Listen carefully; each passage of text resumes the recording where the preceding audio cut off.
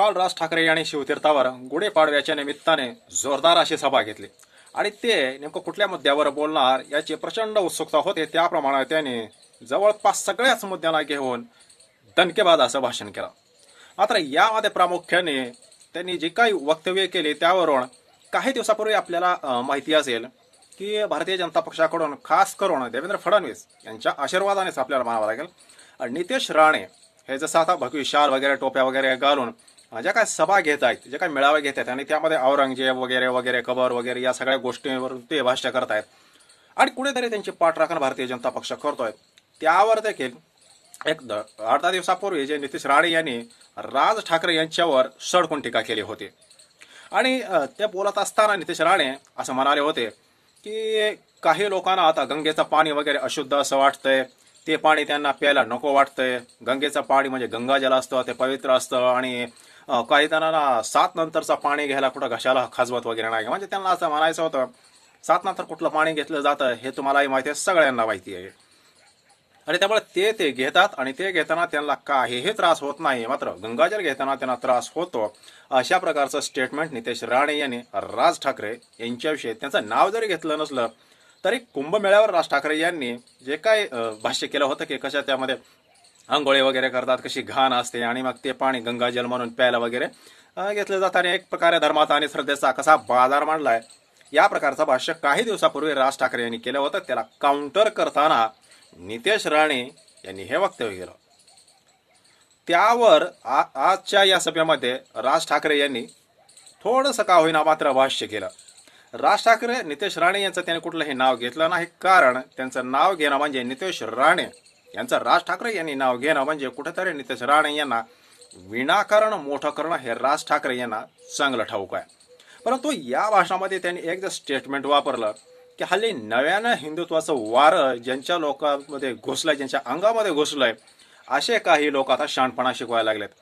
खरं म्हटलं तर यांचा काहीही या हिंदुत्वाशी संबंध नाही, काही नाही, मात्र यांना फक्त हे सोडलेलं आहे। त्यांचं मूळ काम जे आहे ते मंत्रिपदावर आहेत, मात्र त्यांचं मूळ जे काम आहे ते काम बाजूला राहिलेलं, मात्र कुठेतरी एक लोकांचं लक्ष भरकटवण्याचा प्रयत्न सध्याच्या सरकारचा दिसतोय।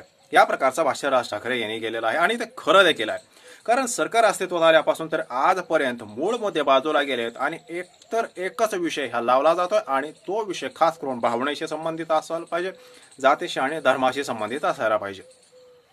मूळ मुद्दा असा आहे की आपल्याला माहिती आहे की ज्यावेळेस लोकसभेची निवडणूक होते, कारण राज ठाकरे आणि राणे कुटुंबीय यांच्यामध्ये आपण जर बघितलं तर लोकसभा निवडणुकीच्या वेळेस असं म्हटलं जात होतं की नारायण राणे यांना विजयाची बिलकुल खात्री नव्हती आणि ते खरं देखील आहे, कारण इतका सारखा पसारा करून, इतकी धावपळ करून, इतकी पळापळ करून सुद्धा ते जेमतेम 30-40 हजाराच्या फरकानं नारायण राणे हे लोकसभेला खासदार म्हणून निवडून आले।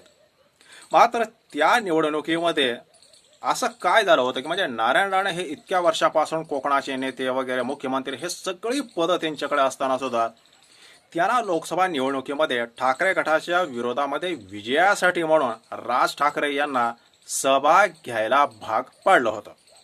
कणकवलीमध्ये आपल्याला आठवत असेल की नारायण राणे यांच्यासाठी राज ठाकरे यांनी जोरदार अशी सभा घेतली होती आणि त्याच सभेमध्ये राज ठाकरे यांनी नारायण राणे यांचं नेतृत्व किती मोठं आहे हे सांगत असताना त्याबरोबरच त्यांनी उद्धव ठाकरे यांच्यावर देखील टीका केली होती। झालं, निवडणूक झाली, निकाल लागला आणि राणे कसे बसे का होणार मात्र ते निवडून आले।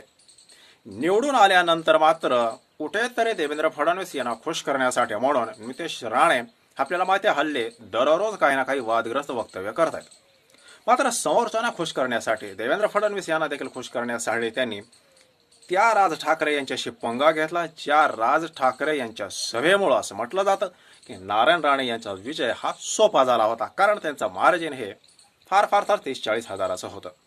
मात्र असं तरी झालं तरी गरजसरो आणि वैद्य मरो या म्हणीप्रमाणे राणे कुटुंबियांनी आपला मूळ स्वभाव दाखवला आणि थेट नितेश राणे आणि राज ठाकरे यांच्यामध्ये बरंचसं अंतर आहे, राजकीय सुद्धा आणि अनुभव सुद्धा। तरी देखील त्यांनी काही लोकांना 7 नंतरचं पाणी घेताना कुठं खाजवत नाहीत का अशा प्रकारची टीकाही केली होती आणि त्यामुळे त्याचा कुठेतरी समाचार घेत असताना मूळ विषय बाजूला ठेवून, जनतेचे मुद्दे बाजूला ठेवून कुठेतरी भरकटलं जात असल्याचा त्यांनी स्पष्टपणे या ठिकाणी उल्लेख केला आणि खास करून औरंगजेब यांच्या कबरीवर देखील त्यांनी एक अतिशय सुंदर असं स्टेटमेंट दिलं की ती कबर हे राहिली पाहिजे, ती दिसली पाहिजे. याचं कारण आमच्या महाराजांनी त्याला आडवा केला याचं ते प्रतीक आहे. खरं तर हे स्टेटमेंट हे खूपच भारी होतं आणि त्यामुळं कालचा राज ठाकरे यांचं भाषण हे मोठ्या प्रमाणामध्ये गाजलं आणि खास करून राणे यांची त्यांनी एक प्रकारे नव्यानं हिंदुत्वाचं वारं घुसलेलं अशा प्रकारे स्टेटमेंट करून पुरते हवा काढले. बाकी रात्रीचं राज ठाकरे यांचं भाषण तुम्हाला कसं वाटलं ते कमेंट नक्की करा. धन्यवाद.